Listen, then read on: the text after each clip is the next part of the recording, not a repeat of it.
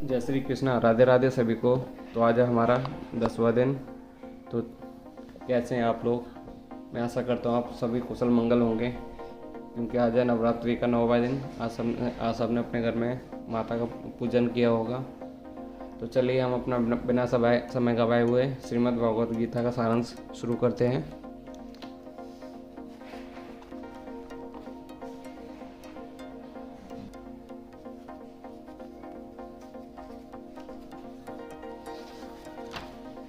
जैसा कि आपको पता ही है कि कल हमने इसको यहाँ तक कर लिया था। आज हम इसको यहाँ से प्रारंभ करेंगे।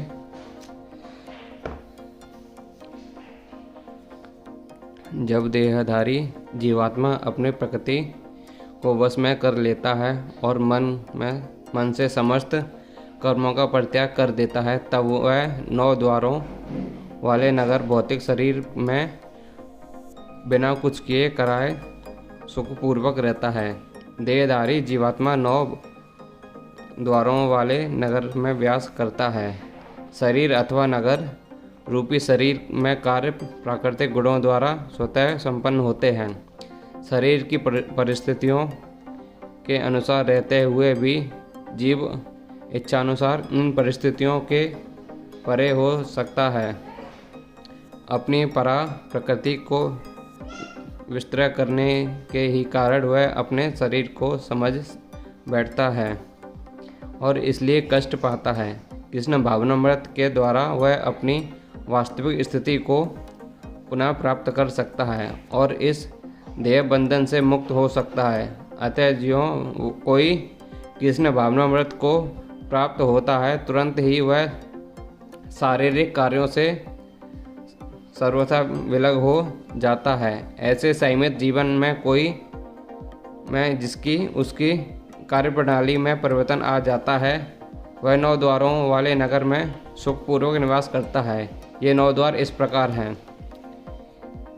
जीव के शरीर के भीतर वास करने वाले भगवान ब्रह्मांड के समस्त जीवों के नियंता हैं। यह शरीर 9 द्वारों, 2 आँख, 2 नथुने, 2 कान, 1 मुंह, गुदा उपस्थ से युक्त है।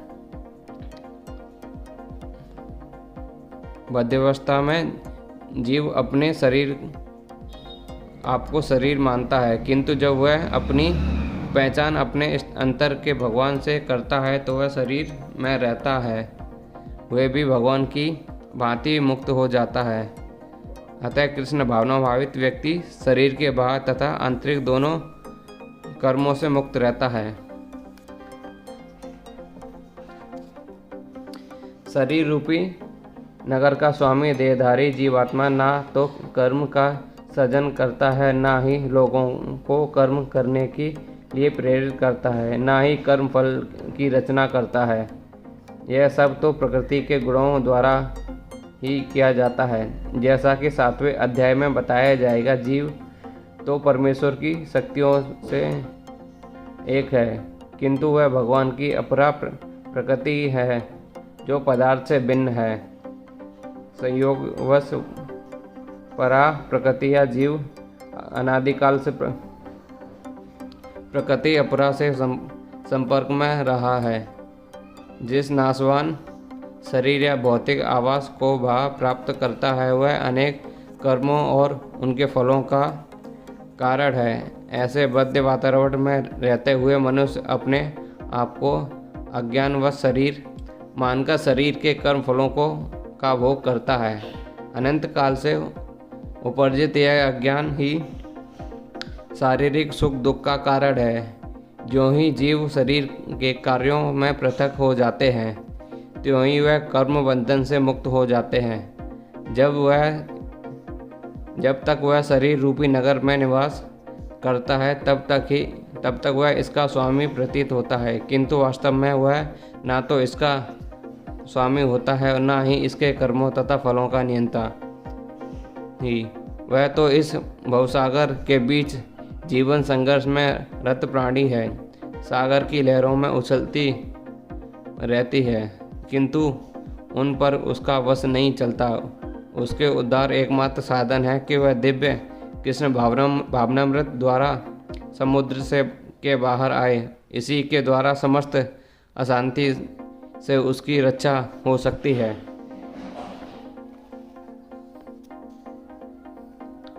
परमेश्वर ना तो किसी के पापों को ग्रहण करता है, ना ही पुण्यों को, किंतु सारे देवधारी जीव उस अज्ञान के कारण मोहग्रस्त रहते हैं जो उनके वास्तविक ज्ञान को आच्छादित किए रहता है। विभु का अर्थ है परमेश्वर, जो अभी असीम ज्ञान, धन, बल, यश, सौंदर्य तथा त्याग से युक्त है। वह सदैव आत्मतृप्त और पाप पुण्य के से अवचलित रहता है।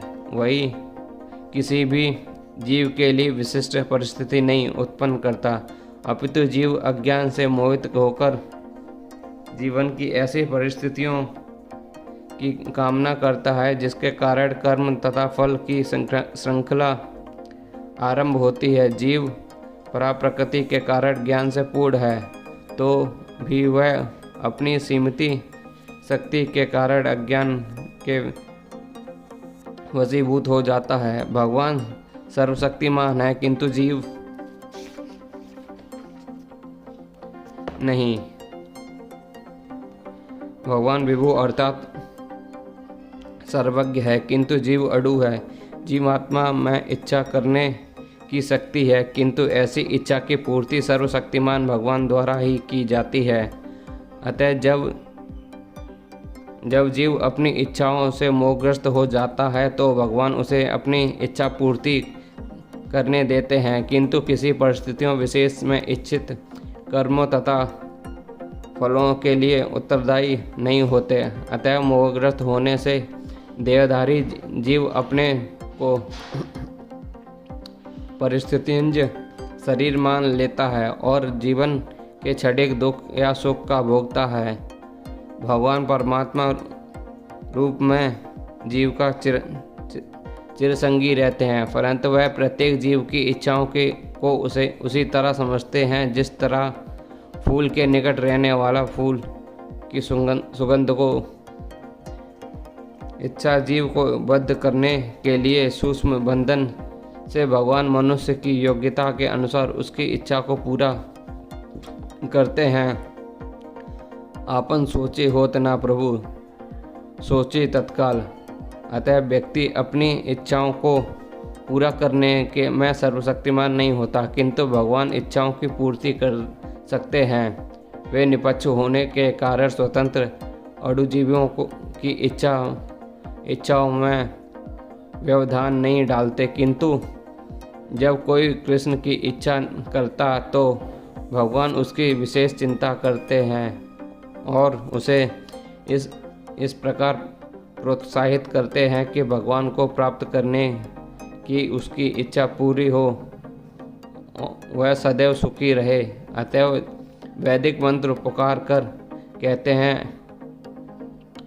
ऐस उबहोश साधु कर्म कार्यति तस् यमेस्मो लोक भय उन्नति से एवं एवा साधु स कर्म कार्यति यधमो विनीसते। भगवान जीव को शुभ कर्मों के लिए प्रवृत्त करते हैं जिससे वह ऊपर उठे। भगवान उसे अशुभ कर्मों के लिए प्रवृत्त करते हैं जिससे वह नरक जाए।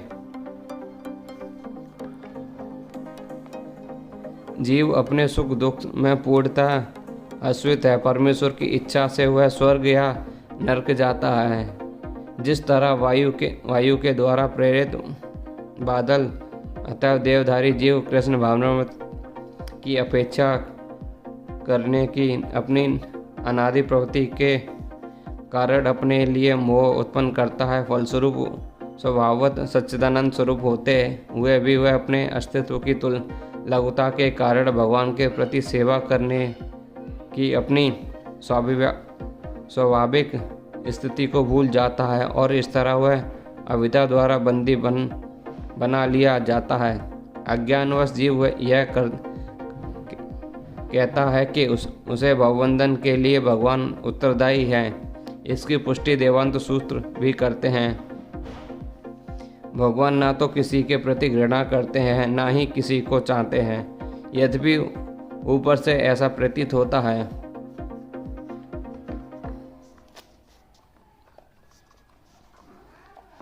किंतु जब कोई उस ज्ञान में प्रबुद्ध होता है जिससे अविद्या का विनाश होता है, तो उसके ज्ञान से सब कुछ उसी तरह प्रकट हो जाता है जैसे दिन में सूर्य से सारी वस्तु प्रकाश हो जाती है। जो लोग कृष्ण को भूल गए हैं वे निश्चित रूप से मोहग्रस्त होते हैं, किंतु कृष्ण भावना भावित हैं वे नहीं होते। भगवत गीता में कहा गया है, सर्व ज्ञान प्लेनम ज्ञानिग्न सर्व कर्मणि तथा न ही ज्ञाने समरय। ज्ञान सदैव सम्माननीय है, और वह ज्ञान क्या है? श्री कृष्ण के प्रति आत्मसमर्पण करने पर ये पूर्ण ज्ञान की प्राप्ति होती है। जैसा जन्म बीत जाने पर पूर्ण ज्ञान प्राप्त करके मनुष्य कृष्ण के शरण में जाता है, अथवा जब उसे कृष्ण भावनामृत प्राप्त होता है तो उसे सब कुछ प्रकट होने लगता है। जिस प्रकार सूर्योदय होने पर सारी वस्तुएं दिखने लगती हैं, जीव नाना प्रकार के मोहग्रस्त होता है। उदाहरण था, जब वह अपने को ईश्वर मानने लगता है तो वह अविद्या के पास होता है। उदाहरण, जब वह अपने आप को ईश्वर मानने लगता है, अविद्या के पास में जा गिरता है। यदि ईश्वर के है तो वह अविद्या से कैसे मोहग्रस्त हो सकता है? क्या ईश्वर अविद्या से मोहग्रस्त होता है? यदि ऐसा हो सकता है तो फिर अविद्या या शैतान ईश्वर से बड़ा है? वास्तविक ज्ञान उसी से प्राप्त हो सकता है जो पूर्णतः कृष्ण भावना भावित हो। अतः ऐसे ही प्रामाणिक गुरु की खोज करनी होती है और उसे से सीखना होता है कि कृष्ण भावना भावित क्या है, क्योंकि कृष्ण भावनामृत से सारी अविद्या उसी प्रकार दूर हो जाती है जिस प्रकार सूर्य से अंधकार दूर हो जाता है। भले ही किसी व्यक्ति को इसका पूरा ज्ञान हो कि वह शरीर नहीं अपितु इससे परे है, तो वह भी हो सकता है कि वह आत्मा तथा परमात्मा में अंतर न कर पाए। किंतु यदि वह पूर्ण प्रामाणिक कृष्ण भावना भावित गुरु की शरण ग्रहण करता है तो वह सब कुछ ज्ञान सकता है। ईश्वर के प्रतिनिधि में से भेंट होने पर ही ईश्वर तथा ईश्वर के साथ अपने संबंध को सही जाना जा सकता है। ईश्वर के प्रतिनिधि कभी भी अपने आप को ईश्वर नहीं कहता, यद्यपि उसका सम्मान ईश्वर की ही भांति किया जाता है, तो क्योंकि उसे ईश्वर का ज्ञान होता है। मनुष्य को ईश्वर और जीव के अंतर को समझना होता है। अतः भगवान कृष्ण ने 2 अध्याय में कहा गया है कि प्रत्येक जीव व्यक्ति है और भगवान भी व्यक्ति हैं, भगवान भी व्यष्टि हैं। ये सब भूतकाल में व्यष्टि थे, संप्रति भी वृष्टि है और भविष्य से मुक्त होने पर भी वृष्टि बने रहते हैं। रात्रि के समय अंधकार में हम प्रत्येक वस्तु एक सी दिखती है, किंतु दिन में सूर्य के उदय होने पर सारी वस्तुएं अपने अपने वास्तविक स्वरूप में दिखती है। आध्यात्मिक जीवन में व्यक्ति की पहचान ही वास्तविक ज्ञान है।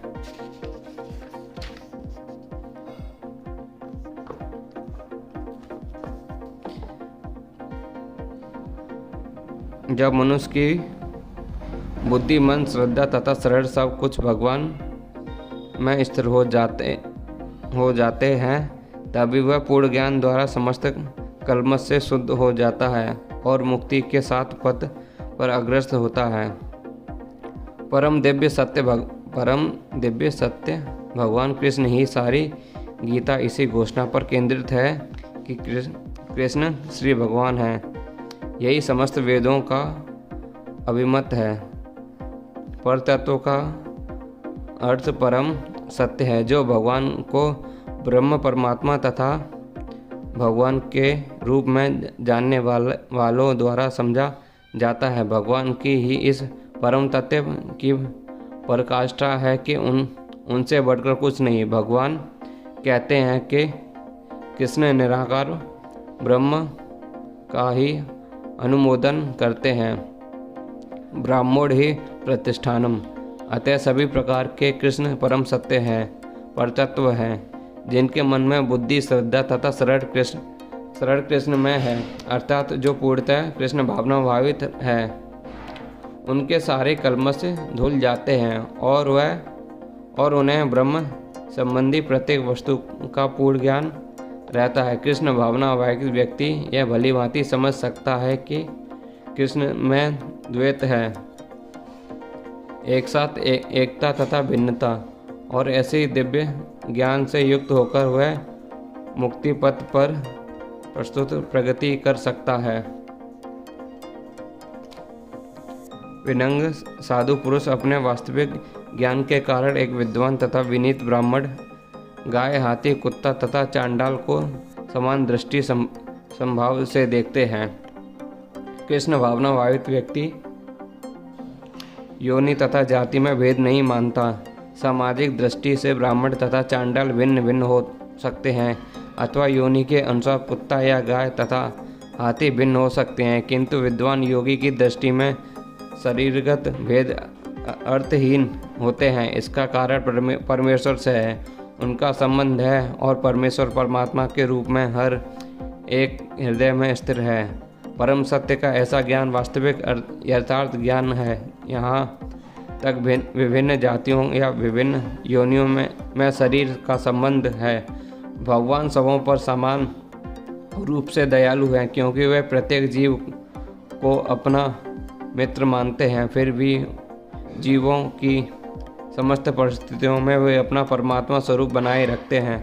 परमात्मा रूप भगवान चांडाल तथा ब्राह्मण दोनों से उपस्थित रहते हैं। यद्यपि इन दोनों के शरीर एक से नहीं होते तो शरीर तो प्रकृति के गुणों के द्वारा उत्पन्न हुए हैं, किंतु शरीर के भीतर आत्मा तथा परमात्मा समान आध्यात्मिक गुण वाले, परंतु आत्मा तथा परमात्मा की यह समानता उन्हें मात्राण दृष्टि से समान नहीं बनाती, क्योंकि व्यक्ति आत्मा किसी विशेष शरीर में उपस्थित होता है, किंतु परमात्मा प्रत्येक शरीर में कृष्ण भावना भावित व्यक्ति को इसका पूर्ण ज्ञान होता है। इसलिए वह सचमुच ही विद्वान तथा समदर्शी होता है। आत्मा तथा परमात्मा के लक्षण समान है, क्योंकि दोनों ही चेतन, शाश्वत तथा आनंदमय है, किंतु अंतर इतना ही है कि आत्मा शरीर की सीमा के भीतर संचेतन रहता है, जबकि परमात्मा सभी शरीर के संचेतन है। परमात्मा बिना किसी भेदभाव के सभी शरीरों में विद्वान है। जिसके मन एकत्व तथा समता में स्थिर है, उन्होंने जन्म तथा मृत्यु के बंधनों को पहले ही जीत लिया है। वे ब्रह्म के समान निर्दोष हैं और सदा ब्रह्म में ही स्थिर रहते हैं। जैसा कि ऊपर कहा गया है कि मानसिक समता आत्म साक्षात्कार का लक्षण है। जिन्होंने ऐसी अवस्था प्राप्त कर ली है, उन्हें भौतिक बंधनों पर विशेषता में जन्म तथा मृत्यु पर विजय प्राप्त किए हुए माना चाहिए। जब तक मनुष्य शरीर को आत्मस्वरूप मानता है, वह बद्धजीवी माना जाता है, किंतु यूं ही वह आत्म साक्षात्कार द्वारा समचित्तता की अवस्था को प्राप्त कर लेता है, वह बद्धजीव से मुक्त हो जाता है। दूसरे शब्दों में उसे इस भौतिक जगत में जन्म नहीं लेना पड़ता, अपितु अपनी मृत्यु के बाद वह आध्यात्मिक लोक को जाता है। भगवान निर्दोष है, क्योंकि वे आसक्ति अथवा घृणा से रहित हैं। इसी प्रकार जब जीव आसक्ति अथवा घृणा से रहित होता है तो वह भी निर्दोष बन जाता है और वैकुंठ जाने का अधिकारी हो जाता है। ऐसे व्यक्तियों को पहले से ही मुक्ति मानना चाहिए। उनके लक्षण को आगे बतलाए गए हैं।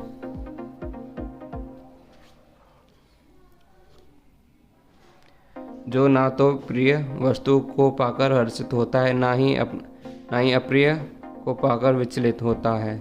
जो स्थिरबद्ध है, जो मोह रहित है और भगवत विद्या को जानने वाला है, वह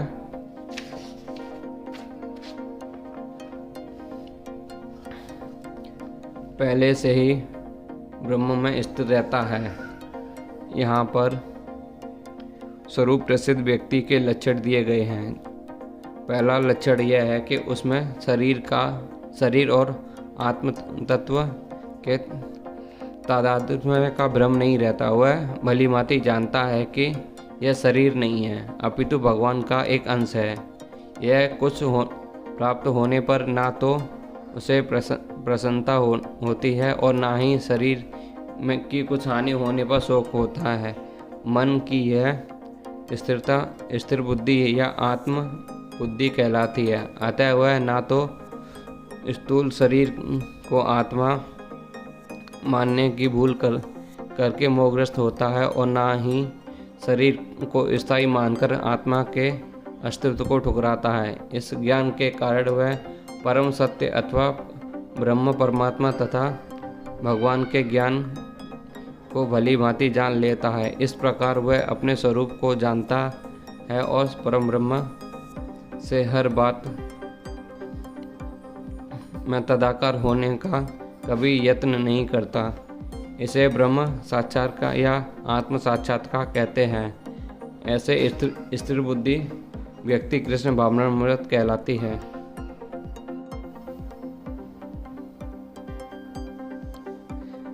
ऐसा मुक्त पुरुष भौतिक इंद्रिय सुख की ओर आकर्षित नहीं होता, अपितु वह सदैव समाधि में रहकर अपने अंतर में आनंद का अनुभव करता है। इस प्रकार स्वरूप प्रसिद्ध व्यक्ति परम ब्रह्म में एकाग्रचित होने के कारण असीम सुख भोगता है। जब कृष्ण भावनामृत में महान भक्त ही यामुनाचार्य ने कहा है, जब से कृष्ण की दिव्य प्रेम भक्ति में लगकर उसने नित्य जीवन आनंद का अनुभव करने लगा हूँ, तब से जब भी काम सुख के बारे में सोचता हूँ तो इस विचार पर थूकता हूँ कि और मेरे होठ अरुचित से सिमट जाते हैं। ब्रह्म योगी अथवा कृष्ण भावना भावित व्यक्ति भगवान की प्रेम भक्ति में इतना अधिक लीन रहता है कि उसे इंद्रिय सुख में उसकी तनिक भी रुचि नहीं रह जाती। भौतिकता की दृष्टि से काम सुख ही सर्वोपरि आनंद है। सारा संसार उसी के विभूषित है और भौतिकवादी लोग तो इस प्रोत्साहन के बिना कोई कार्य नहीं कर सकते, किंतु कृष्ण भावनामृत में लीन व्यक्ति काम सुख के बिना ही उत्साहपूर्वक अपना कार्य करता रहता है। यही आत्म साक्षात्कार की कसौटी है। आत्म साक्षात्कार तथा काम सुख कभी साथ साथ नहीं चलते। कृष्ण भावना भावित व्यक्ति जीवन मुक्त होने के कारण किसी प्रकार के इंद्रिय सुख द्वारा आकर्षित नहीं होता। बुद्धिमान मनुष्य दुख के कारणों से भाग नहीं लेता, जो कि भौतिक इंद्रियों के विसर्ग से उत्पन्न होते हैं। हे कुंती पुत्र, ऐसे भोगों को आदि तथा अंत होता है, अतः चतुर व्यक्ति उनमें आनंद नहीं लेता। भौतिक इंद्रिय सुख उन इंद्रियों के स्पर्श से उद्भूत होता है जो नाशवान है, क्योंकि शरीर स्वयं नाशवान है। मुक्तात्मा किसी नाशवान वस्तु में रुचि नहीं रखता। दिव्य आनंद के सुखों से भली भांति अवगत वह भला ही मिथ्य सुख के लिए क्यों सहमत होगा। पर पद्म पुराण में कहा गया है, योगी जन परम सत्य में रमण करते हुए अनंत दिव्य सुख प्राप्त करते हैं। इसलिए परम सत्य को भी राम कहा जाता है। भागवत में भी कहा गया है, हे पुत्रों, इस मनुष्य योनि में इंद्रिय सुख के लिए अधिक श्रम करना व्यर्थ है। ऐसा सुख तो शुक्रों को भी प्राप्त है।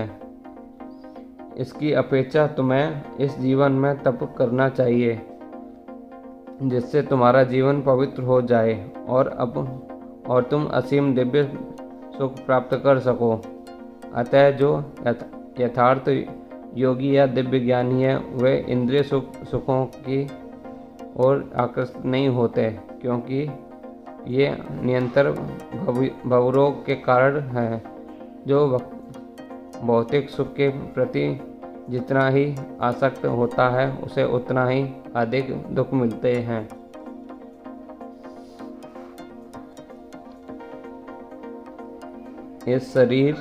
यदि इस शरीर को त्यागने के पूर्व कोई मनुष्य इंद्रिय के वेगों को सहन करने तथा इच्छा एवं क्रोध के वेग को रोकने में समर्थ होता है, तो वह इस संसार में सुखी रह सकता है। यदि कोई आत्मा साक्षात्कार के पथ पर अग्रसर होना चाहता है, तो उसे भौतिक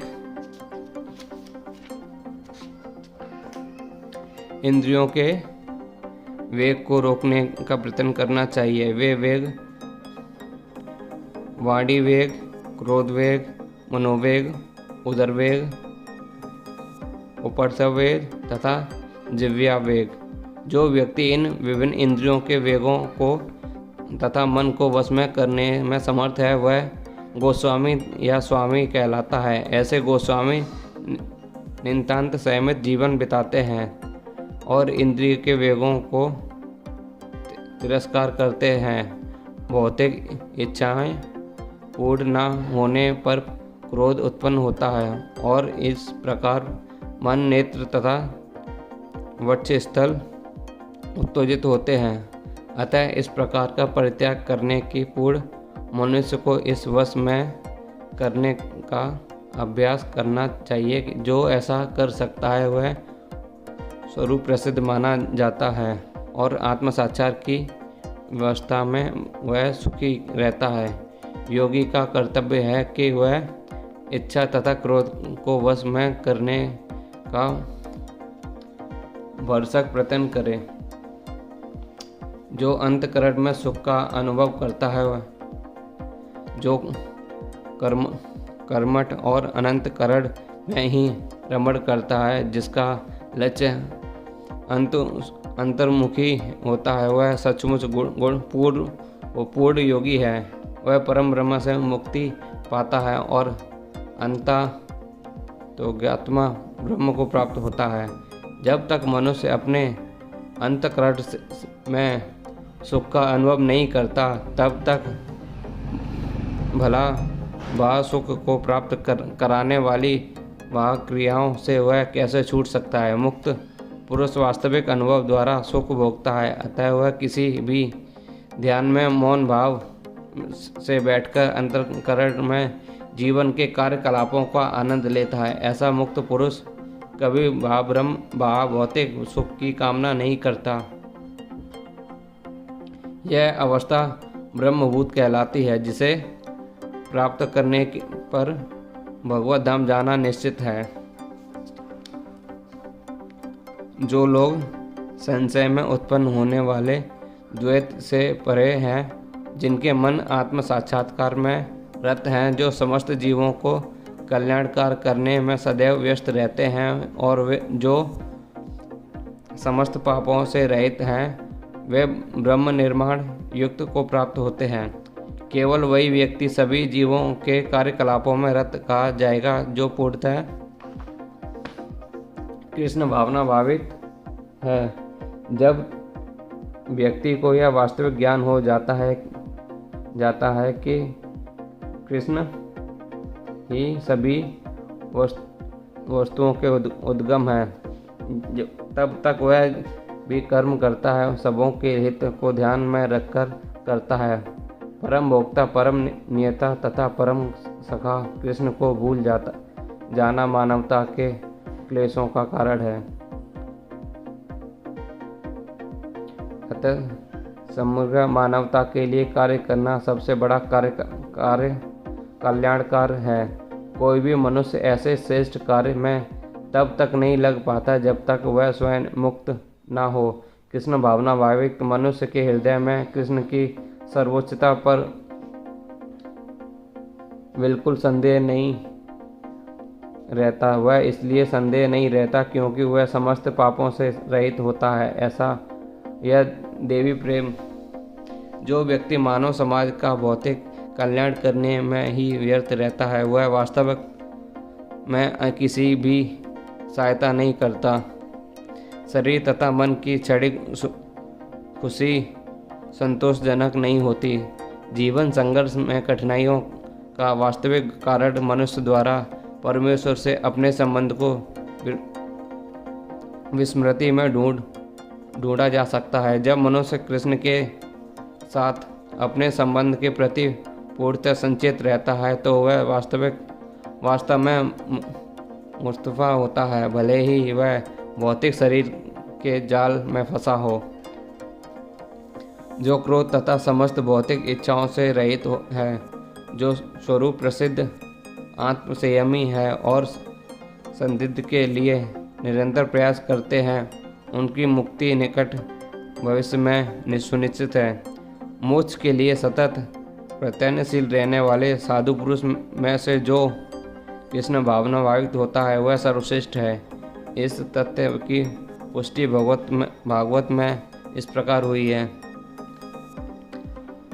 भक्ति पूर्वक भगवान वासुदेव की पूजा करने का प्रयास तो करो। बड़े से बड़े साधु पुरुष भी इंद्रियों के वेग को उतनी ही कुशलता से रोक पाने में समर्थ नहीं हो पाते जितना कि जो सकाम कर्मों को तीव्र इच्छा को समूल नष्ट करके और भगवान के चरण कमलों की सेवा करके दिव्य आनंद में लीन रहते हैं। बद्ध जीव में कर्म के फलों को भोगने की इच्छा इतनी बलवती होती है कि वह ऋषियों मुनियों तक के लिए कठोर परिश्रम के बावजूद ऐसी इच्छाओं को वश में करना कठिन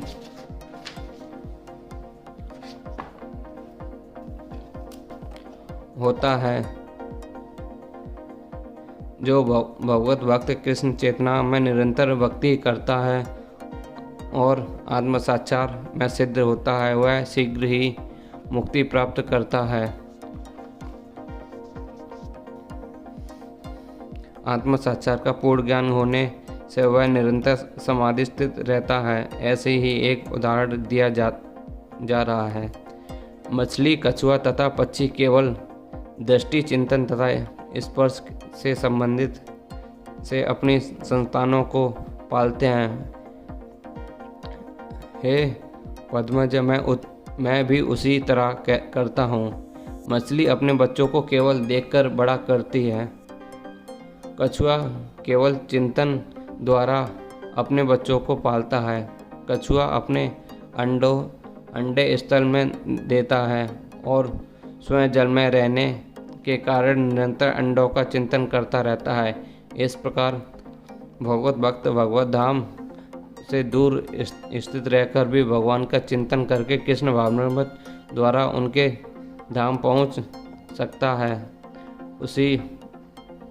उसे भौतिक क्लेशों का अनुभव नहीं होता। यह जीवन अवस्था ब्रह्म निर्माण अर्थात भगवान में निरंतर लीन रहने के कारण भौतिक कष्टों का अभाव कहलाती है।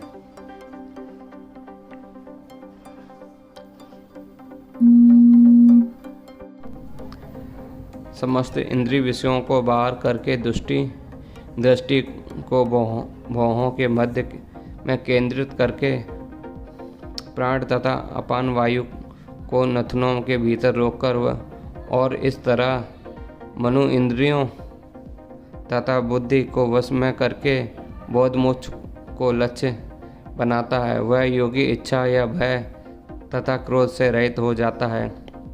जो निरंतर इस अवस्था में रहता है वह अवश्य ही मुक्त है। कृष्ण भावनामृत में रत होने पर मनुष्य तुरंत ही अपने आध्यात्मिक स्वरूप को जान लेता है, जिसके पश्चात भक्ति के द्वारा वह परमेश्वर को समझता है। जब मनुष्य भक्ति करता है तो वह दिव्य स्थिति को प्राप्त होता है और अपने कर्म क्षेत्र में भगवान की उपस्थिति का अनुभव करने योग्य हो जाता है। वह विशेष स्थिति में मुक्ति कहलाती है। मुक्ति विषयक उपयुक्त सिद्धांतों का प्रतिपादन करके श्री भगवान अर्जुन को यह शिक्षा देते हैं कि मनुष्य किस प्रकार अष्टयोग का अभ्यास करके इस स्थिति को प्राप्त होता है। यह अष्टयोग 8 विधियों यम, नियम, आसन, प्राणायाम, प्रत्याहार, धारण, ध्यान तथा समाधि में विभाजित है। छठे अध्याय में योग के विषय में विस्तृत व्याख्या की गई है। 5वें अध्याय में अंत में जो इसका प्रारंभिक विवेचना ही दिया गया है। योग में प्रत्याहार विधि से विविध स्पर्श, रूप, स्वाद तथा गंध के निराकरण करना होता है।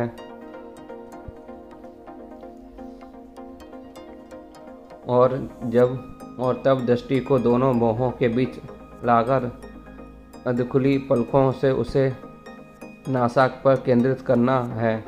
आँखों को पूरी तरह बंद करने से कोई लाभ नहीं होता, क्योंकि तब सो जाने की संभावना रहती है। ना ही आँखों को पूरा खुला रखने से कोई लाभ होता, क्योंकि तब इंद्रिय विषयों द्वारा आकर्षित होने का भय बना रहता है। नथनों के भीतर श्वास की गति को रोकने के लिए प्राण तथा अपान वायु को सम किया जाता है। ऐसे योगासम से मनुष्य अपनी इंद्रियों के ऊपर नियंत्रण प्राप्त करता है, बाह्य इंद्रिय विषयों से दूर रहता है और अपनी मुक्ति की तैयारी करता है। इस योग विधि से मनुष्य समस्त प्रकार के भय तथा क्रोध से रहित हो जाता है और परमात्मा के अधीन उपस्थित का अनुभव करता है।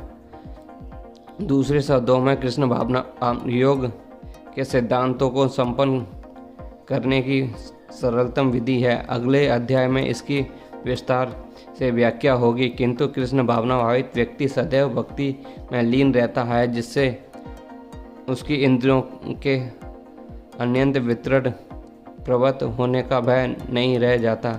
अष्टयोग की अपेक्षा इंद्रियों को वश में करने की यह अधिक उत्तम विधि है।